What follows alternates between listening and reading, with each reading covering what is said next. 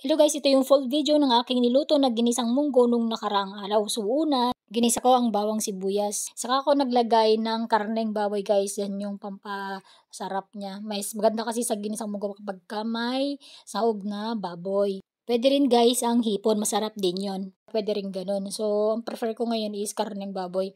And then, pagkagisa ko nung karneng baboy, naglagay na kaagad ako ng pampalasang asin.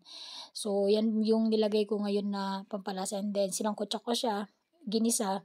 Then, nung nasangkot siya na, nilagay ko na yung aking pre-boiled na munggo. So, ayan na guys.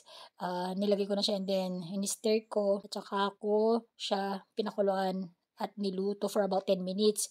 And then, di ko na nakuhanan ng video. Ayan na. So, nilagay ko na pala kaagad yung daon ng malunggay.